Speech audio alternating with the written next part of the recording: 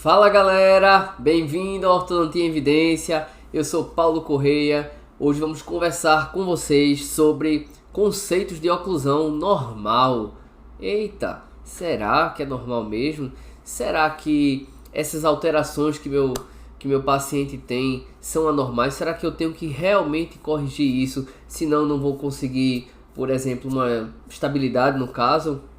Bem, hoje vamos abordar esses conceitos que são passados para a gente já há algumas décadas e lógico, né? A ciência evolui. Então vamos descobrir o que é normal e o que é que pode ser deixado um pouquinho anormal e nem por isso o paciente vai ter uma oclusão errada. Tá joia? Vamos lá, pessoal!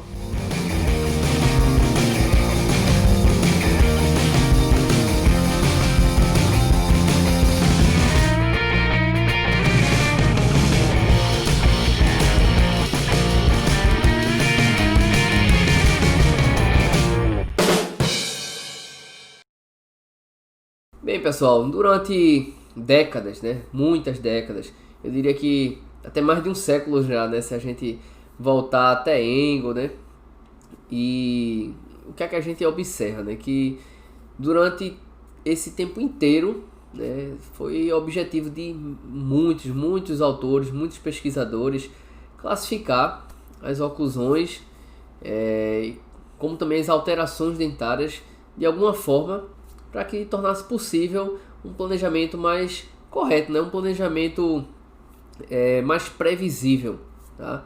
Em termos de dar ao paciente o que ele deseja, em termos de dar estabilidade, em termos de dar previsibilidade de correção, como também, né, fazer com que a gente consiga de uma forma geral se comunicar e os ortodontistas entre eles, né, entender o que está sendo falado, né? Quando a gente menciona, por exemplo, né, pegando lá desde trás, quando a gente menciona o paciente é classe 1 de Engel, todo mundo sabe o que quer dizer um paciente classe 1 de Engel, tá joia? Então, existem diversos conceitos que foram colocados aí ao longo dessa trajetória de ortodontia já no mundo, e vamos abordar alguns deles aqui e saber também, né, se o que é que eu preciso realmente buscar no meu tratamento para ter uma estabilidade no meu caso, para o resultado do meu tratamento realmente seja satisfatório, né? Vamos ver aqui alguns deles. Então, pessoal, dentre diversos autores, tá, existe um que eu realmente sou muito fã, tá? Eu acho que ele foi um dos grandes que vieram para realmente fazer com que a ortodontia tivesse um salto bem considerável, né? E não tem muito tempo, acho que nem um mês tem isso. Por coincidência, minha esposa me perguntou um dia quem era assim da ortodontia que eu admirava muito, assim, que eu achava que realmente, né, era uma pessoa para buscar assim, eita, né, eu queria fazer como ele e tal, né? E engraçado que na hora eu pensei como ortodontista da história, né? Na verdade a pergunta dela era em ortodontia assim, atual, quem eu admirava. E como eu pensei na verdade em história, né? Em ortodontia, raiz desde então, eu não tive dúvidas. Eu na hora disse Andrews. Para mim, Lawrence Andrews foi o ortodontista que eu olho assim e digo, caramba, né? Esse cara realmente foi uma ciência, né? Ele realmente contribuiu de uma forma que eu acho que acho não, eu tenho certeza que a ortodontia ela teve alguns marcos, né, divisórios. E existe para mim uma ortodontia antes de Andrews e depois de Andrews, sabe? Claramente isso. Então, Andrews para mim é uma referência assim, uma unanimidade, né? Eu diria que é a maior referência que eu tenho sobre ortodontista, tá? E ele deixou um legado, né? E algo também muito importante, né? Que são as 6 chaves de Andrews, né? Tão conhecidas, né? como as 6 chaves de Andrews. E foi passado, pelo menos para mim, quando estava em formação, que a gente como ortodontista teria que buscar as 6 chaves de Andrews, custe o que custar, durante o nosso planejamento. Então a gente dava o diagnóstico do tratamento, e quando começava a fazer o planejamento do caso, o que estava fora das 6 chaves de Andrews era objetivo que fosse corrigido para chegar nas 6 chaves de Andrews, ou se assim não fosse feito, o seu caso estava fadado, né, a um insucesso, vamos assim falar, tá? Porque haveria outras repercussões, como instabilidade, como recidivas, e lógico, né, a gente como profissional não quer isso de forma alguma, né? E o Andrews, né, com o seu trabalho, né, The 6 Keys to Normal Occlusion, na minha opinião, foi um grande marco, tá? Então, e provavelmente a maior contribuição para essa compreensão do que é normalidade em termos de oclusão, em termos de ortodontia, tá? Foi realmente um grande marco. Mas isso já tem muito tempo, né? Isso já tem muitas décadas, tá? Isso já tem mais de 40 anos. Então, será que nada mudou, né? Será que aquilo que Andrews conseguiu perceber em sua época, na sua jornada aqui, é verdade pura e inquestionável e nada mudou nesses 40 anos, né? Isso é para ser pensado, né? Sem dúvida alguma, tá? Então, primeiramente vamos relembrar, né, quais eram essas 6 chaves de Andrews, de uma forma bem rápida e bem didática também, tá? Relembrando um pouquinho o que são primeiro as 6 chaves da oclusão de Andrews, seria a relação molar, tá? Seria a primeira delas. Então, a relação de normo-oclusão, inclinação do dente, tá? Deveria ter uma inclinação equilibrada, tá? Nem estando vestibularizado demais, nem lingualizado demais, tá? Não teria que estar com a inclinação equilibrada, como também as angulações. Então, esses dentes eles não apresentariam alterações nas angulações. Andrews, após sua pesquisa, ele observou que existiam angulações, uma média, digamos assim, de angulação com desvio padrão, para que a oclusão permanecesse estável, né, de uma forma equilibrada. Quarto ponto, né, seria a ausência de rotações, né? Então, Andrews dizia que na oclusão normal, né, não existia rotações dos dentes, né? Eles estariam todos no seu eixo rotacional correto. O quinto ponto seria a ausência de diastema, tá? Então todos os dentes teriam os contatos justos. E por último, e o sexto ponto seria uma curva de Spee equilibrada, né? Uma curva de Spee plana ou quase plana, tá? Então esses eram os 6 pontos. E isso foi passado ao longo de todas essas décadas como conceitos que deveriam ser replicados, né? Que a gente não poderia terminar um caso sem estar com essas 6 chaves de Andrews em equilíbrio, tá joia? Mas é preciso rever alguns conceitos, tá certo? Vamos ver se realmente é isso, né? Conceitos, pessoal, eles surgem, né? E definições numa determinada época, com o que há de ferramenta para aquela época, né? Então, ao longo do tempo, a gente vai revendo conceitos e reformulando-os, né? Vendo se ele atualmente aquele conceito que foi visto ano passado, 10 anos atrás, 50 anos atrás, se aquele conceito ainda com o conhecimento que se tem atualmente, se ele ainda pode ser realmente colocado em prática como condição fiel de que a verdade está ali dentro daquele conceito, né? Então, existem vários conceitos que a gente já sabe hoje que não se enquadram, por exemplo, no que a gente pode dizer de conhecimento atual científico que a gente tem, tá? Então, por exemplo, durante muito tempo, e ainda existe, né, uma corrente que faz isso, que você pega, por exemplo, um indivíduo em crescimento, em fase de crescimento, utiliza alguns aparelhos, alguns dispositivos com a intenção de mudar o padrão facial do paciente, tá? Então, exemplos claros que a gente vê aqui, talvez vocês também tenham já observado isso, você pegar um paciente em crescimento padrão 2 e você querer transformar ele em padrão 1, tá? Ou um 3 em 1, ou um face longa em padrão 1, né? E a gente tem conhecimento hoje, né?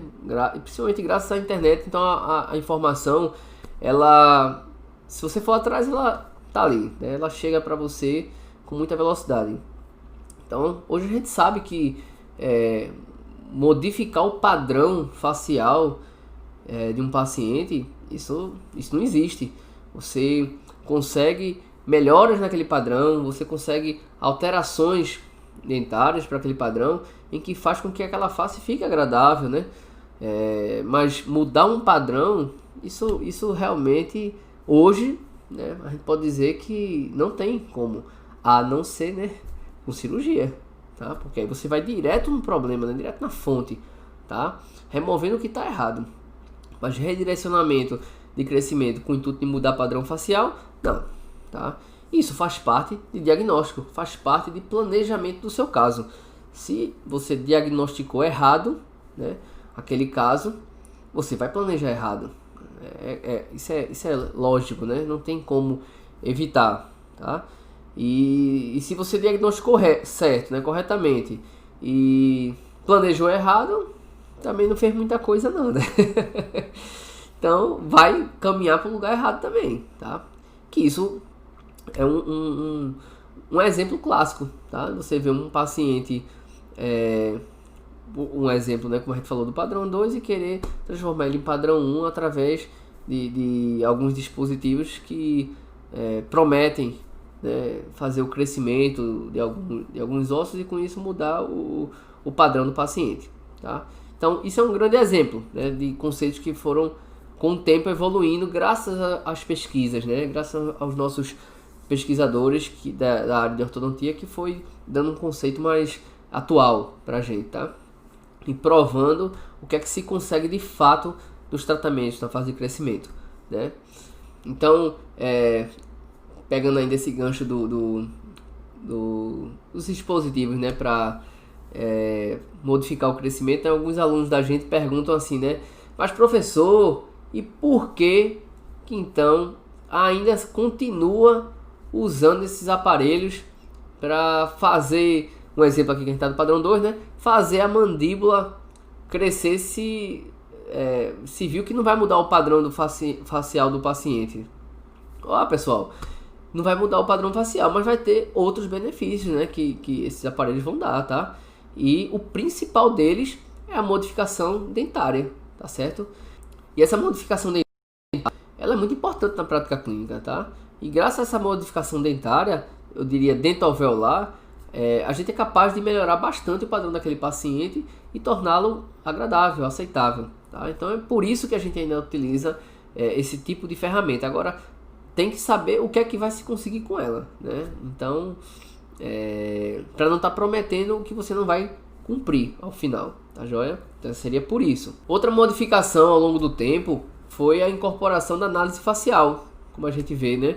Análise facial que foi incorporada ao diagnóstico e planejamento dos casos e eu diria que seria a ferramenta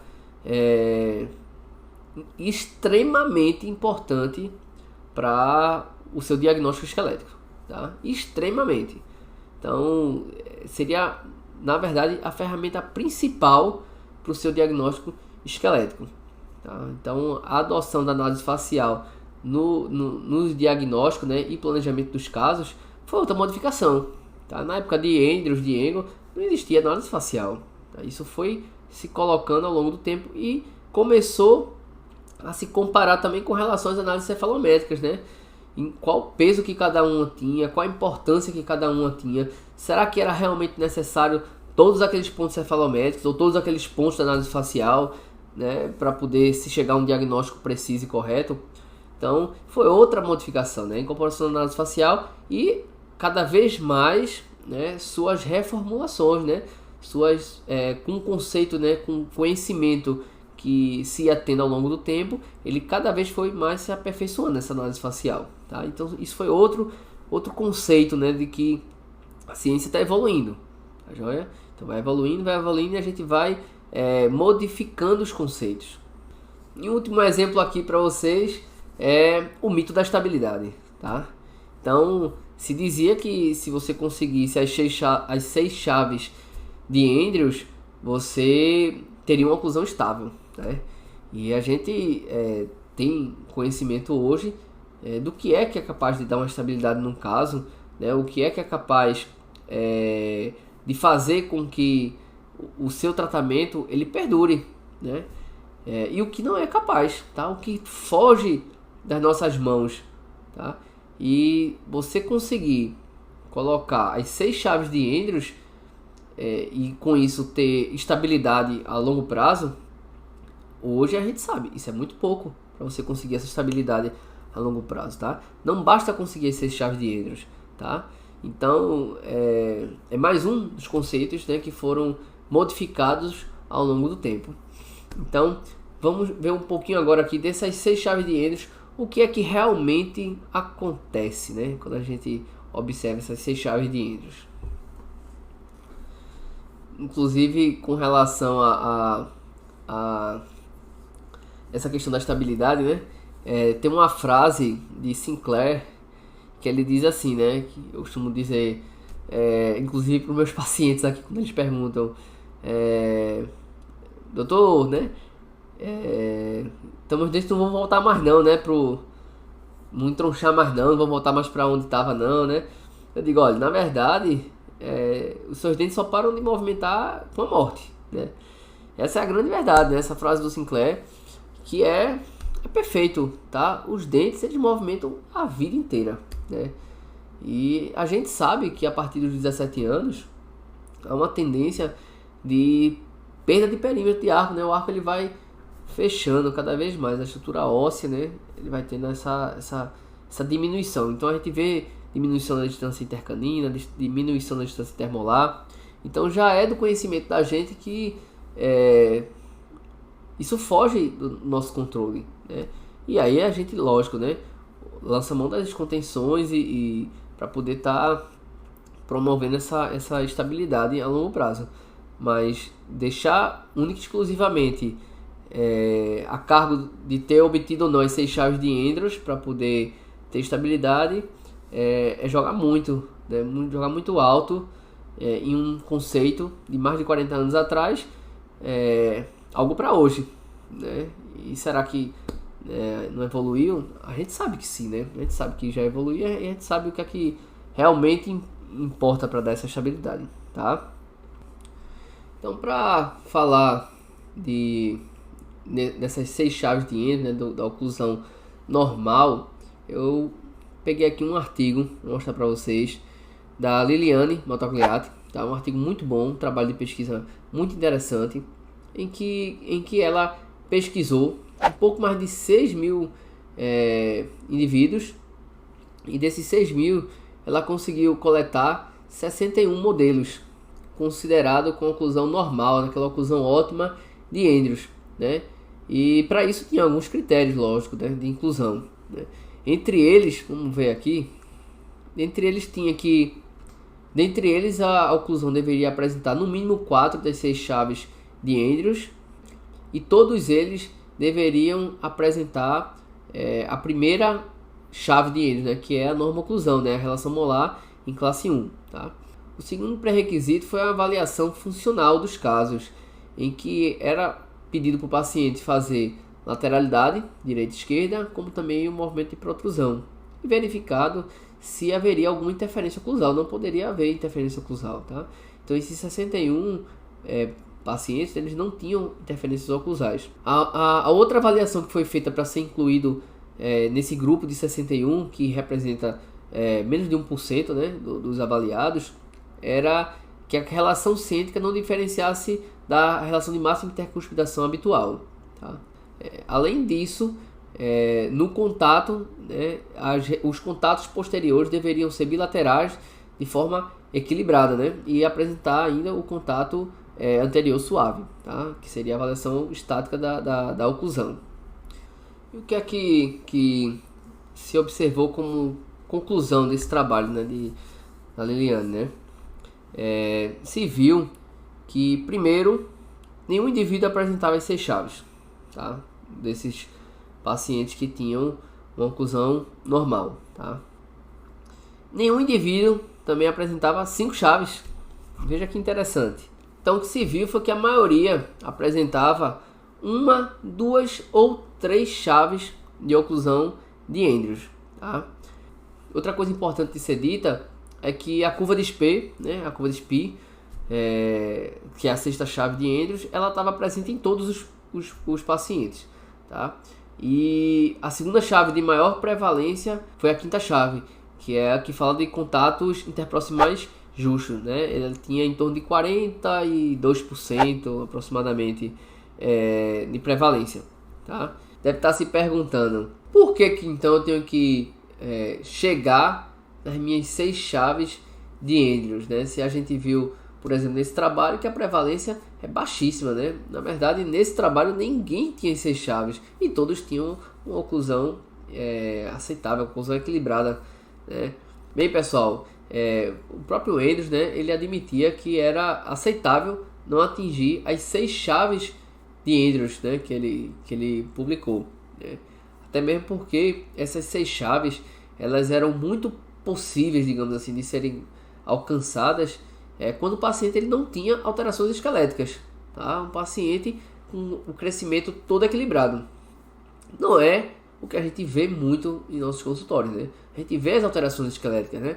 O paciente ele pode até apresentar um equilíbrio esquelético, mas não existe uma perfeição, digamos assim, em uma grande maioria dos casos, de relação maxilomandibular e padrão de crescimento. Existem alterações e para essas alterações nós fazemos nossas compensações, né, dentárias para aqueles casos, tanto modificando a escolha de torque de Brecht, modificando angulações de Brecht, modificando formato do arco do paciente, né, e utilizando determinados dispositivos e não utilizando outros dispositivos, para poder justamente abraçar, né, essa gama de pacientes que possuem alguma alteração esquelética, né, e com isso, lógico, não vai poder apresentar as 6 chaves de Andrews, porque vamos modificar a inclinação, vamos modificar a angulação, a primeira chave, né, a relação molar, vai estar alterada provavelmente. Então não há como você ter as 6 chaves nesses pacientes, tá? Então teriam que ser aqueles pacientes que têm um crescimento muito equilibrado maxilomandibular e no sentido vertical também, para poder ter uma chance da gente conseguir essas 6 chaves de Andrews. Então ele sabia disso, né? Ele dizia inclusive que era aceitável não conseguir essas 6 chaves para o seu caso, mas também era inadmissível você não tentar quando é possível, tá? Porque tendo a possibilidade e você não tenta, você não vai atrás de buscar essas 6 chaves para melhorar o engrenamento da oclusão do seu paciente, você provavelmente está fadado a um insucesso também, tá? Mas naqueles casos em que há uma compensação para aquele paciente, não quer dizer que é insucesso por você não ter conseguido alcançar as 6 chaves de Andrews, tá certo?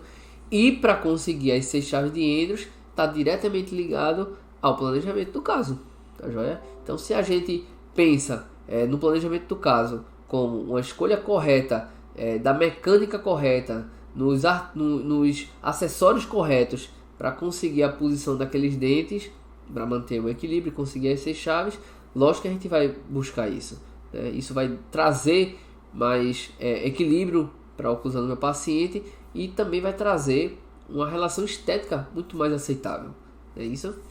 Então, pessoal, percorrendo um pouco as 6 chaves de Andrews, né, para uma oclusão normal, vamos ver um pouco do que no que é a alteração dessas 6 chaves, né, mas que ainda assim é considerado normal para aquele caso. O paciente não vai estar com uma oclusão anormal, você não vai estar fadado ao insucesso por não estar exatamente como o Andrews descreveu aquela chave. Então, na primeira chave da oclusão de Andrews, né? O primeiro fator que ele fala é justamente a relação molar de classe 1, né, que vocês conhecem. Então, vão ter casos que vocês vão observar a relação a meia cúspide bem certinha em canino, pré-molar, e quando você olha o molar não está exatamente na relação molar de classe 1 de Engel, né? Nem muito menos de Andrews. E por causa disso, ele não tem essa primeira chave normal. Ele tem, tá? Toda a estrutura está em equilíbrio, né? E essa alteração na posição do molar, isso muitas vezes acontece por causa de um pequeno desgaste que ocorreu numa restauração, uma pequena cárie que aconteceu ali, e aí aquele dente perdeu um pouco do tamanho, né? E todo um arco meio que modificou também o seu perímetro, né?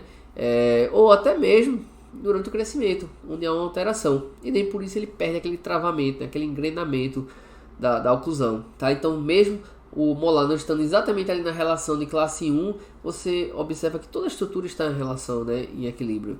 Então, ele não tem essa relação, essa primeira chave, mas nem por isso ele é considerado anormal, tá certo, pessoal? Na segunda chave da oclusão de Andrews, né? Fala sobre angulação, né? Onde todos os dentes eles possuem angulação positiva, né? Todos eles estão com a coroa inclinada para mesial, né? A raiz para distal, com exceção do segundo molar superior, tá? Onde ele possui angulação negativa.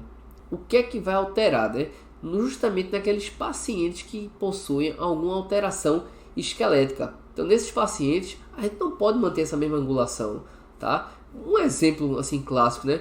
Como é que você imagina um paciente que seja, vamos falar assim, uma oclusão molar de classe 3, onde a gente precisa, né, compensar no arco superior, né, jogando os incisivos, lógico, dentro dos limites, né, para a região anterior, e você quer ter a mesma angulação de um paciente que seja classe 1 ou classe 2, né, onde esses incisivos não ficam tão projetados para vestibular.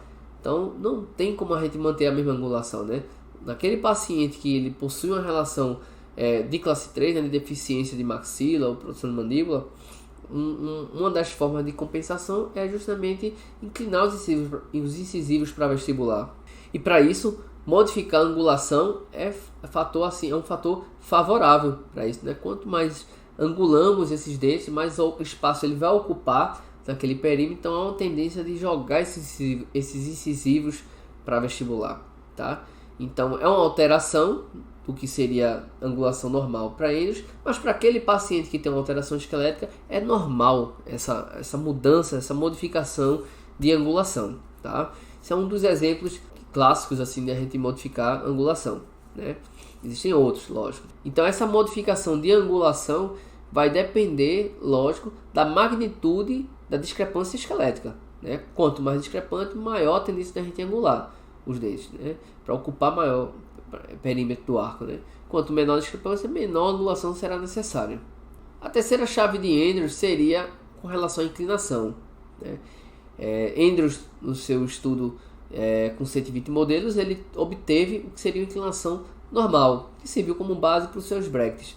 Mas, seguindo o mesmo exemplo, vamos falar agora de um paciente que seja uma classe 2, né, com deficiência de mandíbula.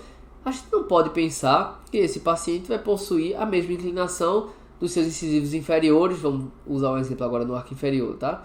Vai possuir a mesma inclinação de um paciente que seja um classe 1, por exemplo, né? Esse indivíduo com a deficiência de mandíbula, há uma tendência dele ter incisivos inferiores mais vestibularizados para compensar essa discrepância esquelética, né? Quanto maior a discrepância, maior seria o necessário de vestibularização desse incisivo inferior para compensar essa deficiência esquelética. Então, essa inclinação estaria alterada, né? Estaria em desacordo com as chaves de Andrews, mas estaria normal também para aquele caso, né? E para aquele caso ele não estaria fadado ao insucesso por ter uma inclinação de incisivo a mais, formando aquele degrau com canino, tá? Isso é o padrão normal para aquele tipo de paciente que tem já uma alteração esquelética, tá joia? Quarto ponto de Andrews, ele fala sobre a ausência de rotações. Então, o que é que a gente pode falar com relação a rotações, né? Essas rotações, a gente pode admitir hoje, com o conhecimento que a gente tem, que elas são consideradas normais ao longo da idade, tá? À medida que o paciente vai envelhecendo, há uma tendência de alguns dentes rotacionem para que diminua, né, as chances de apinhamento na região anterior, por exemplo, porque todo um arco está tendo essa compressão, né? Então isso é uma forma do organismo se adaptar àquela diminuição da distância intermolar, intercanina. Então alguns dentes acabam rotacionando para que a quantidade de apinhamentos sejam menores, né? As modificações em todo um arco seja menor, tá joia? Então faz parte, né, da maturação e envelhecimento do nosso paciente, tá? Da dentadura desse paciente. E a gente pode até dizer que essas rotações elas podem ser consideradas normais e desejadas ao longo do tempo. Nem por isso tem aquela coisa de tenho que corrigir a rotação desse paciente, né? Porque vai dar isso, vai dar aquilo. Não, né, pessoal? Não é assim também não. As rotações que a gente realmente precisa corrigir desses pacientes são aquelas que apresentam uma alteração funcional ou estética, tá? Ou estética, né? Então, esses pacientes que apresentam uma rotação que apresente algum desequilíbrio estético ou que apresente alguma alteração funcional devido àquela rotação, um exemplo, o meu paciente ele está com contato prematuro porque o dente está rotacionado. Então, tá, aqui vamos corrigir, né? Não vamos estar desgastando o dente, que é um procedimento invasivo, não tem volta.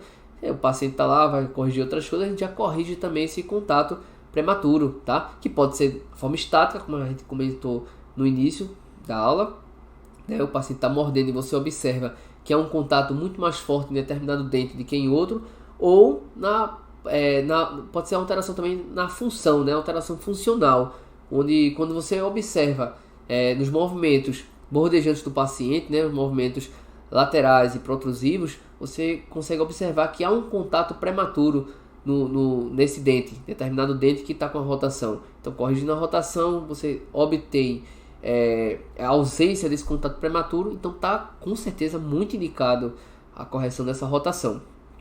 Nos demais casos, que ele não apresente alteração estética nem funcional, você pode optar por não corrigir aquela rotação, tá? Dependendo da rotação, o trabalho que vai dar, os desgastes que vão ter, o tempo que vai ter, o paciente pode também não estar querendo se submeter a tanta coisa. E se você observa que aquela rotação não tem alteração nem na estética nem na função daquele paciente, você pode optar, lógico, sem problema algum, e manter aquela rotação. Faz parte do processo de envelhecimento natural dos nossos pacientes, tá? O quinto ponto seria contatos justos, né? Como Andrews fala, né? A ausência de diastemas no nosso paciente. E quando a gente diz pontos de contato justos, entenda-se também que assim pontos ou superfícies de contato justos. O que são superfícies de contato? Nada mais é do que vários pontos justos, né?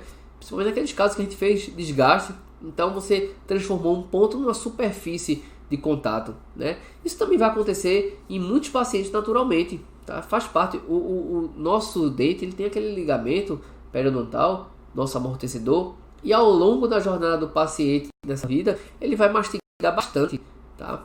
E alguns inclusive vão ter muito bruxismo, e o dente vai ficar como uma bolinha, né? Sobe e desce, sobe e desce. E esse movimento de subir e descer faz com que ocorra desgaste também na face interproximal entre os dentes, né, justapostos. Então pode ter ponto de contato ou superfície de contato, tá? Então o quinto ponto ele fala disso, né, de ausência de diastemas, né? Tem pontos de contato ou superfície de contato justos. E o que se sabe hoje é que para ter saúde periodontal normal, né, uma saúde periodontal boa, o ideal é que não tenha diastemas, tá? Então é considerado normal. Então é muito importante que realmente essa chave seja preservada, independente de seu ponto de contato, como Andrews mencionou no seu artigo. Pode ser também a superfície de contato. A superfície de contato não vai levar a um problema periodontal para o nosso paciente, como foi pensado anteriormente, né? Como já foi falado em outros momentos, que o desgaste era prejudicial ao periodonto, né? Porque perdia o ponto de contato, né? transformava uma superfície de contato. Hoje já se sabe que não, tá, pessoal? Isso não vai trazer prejuízo para o periodonto do paciente. Então, pode ser a superfície de contato justamente, não necessariamente ser o ponto de contato. E aí o paciente pode ter ou não essa quinta chave de Andrews, já que a quinta chave fala do ponto de contato, e nem por isso, se ele tiver uma superfície de contato, ele está com a oclusão fadada ao insucesso. Tá? A superfície de contato é aceitável sim, e é saudável também para o periodonto. Tá joia? E por último, seria a curva de Spear, a sexta chave de Andrews. Essa sexta chave da curva de Spear, ela foi a única chave de Andrews que estava presente em todos os pacientes no trabalho da Liliane. Né? E o que se sabe hoje da curva de Spear é que ela, geralmente, ela é mais profunda, né, nos indivíduos que têm uma oclusão normal, tá? Nos indivíduos também que possuem uma deficiência mandibular, e por isso há essa extrusão, né, na região de incisivos e a curva de Spear fica mais profunda, e também naqueles pacientes que têm uma predominância pelo crescimento horizontal ao invés do vertical. Essa curva de Spear também tende a ser mais pronunciada nesses indivíduos, tá joia? Então, pessoal, esse foi o vídeo de hoje, foi o que eu queria passar aqui para vocês, né, sobre a oclusão normal, tá? Os objetivos que a gente precisa ter, né, no nosso diagnóstico e planejamento. E como o Andrews falava, é inadmissível a gente poder conseguir alcançar as chaves as 6 chaves de Andrews, né, e não fazer de tudo para alcançá-las, tá? Mas é aceitável se o seu paciente, se aquele seu caso, ele não tiver. Afinal de contas, existem as modificações esqueléticas e aí vão entrar as compensações também dentárias. E para entrar as compensações dentárias, sai do que é o normal que Andrews viu no trabalho dele. Mas nem por isso vai ser anormal para o seu paciente, tá? É o normal para o seu paciente, tá? Porque ele possui alguma alteração esquelética, alguma alteração, então você vai fazer uma alteração dentária trazendo a compensação para ele. Não vai estar fadado ao insucesso por conta disso não, tá? Só precisa traçar direitinho, né? Planejar corretamente qual é esse objetivo, tá? Qual é a alteração que ele tem, dar o diagnóstico esquelético correto para que chegue-se ao planejamento correto para aquele caso, beleza? Então, se você gostou de nosso vídeo, se você está curtindo o nosso canal, não deixe de compartilhar com seus amigos, certo? Comente, tá, o que você achou dessa aula. Compartilhe, ative o sininho aí de notificações para poder você ser notificado quando tiver novas postagens, e nos sigam, divulguem para que a gente possa fazer um canal cada vez melhor para vocês, beleza? Valeu, galera, valeu mesmo, brigadão, até o próximo vídeo, valeu, tchau, tchau!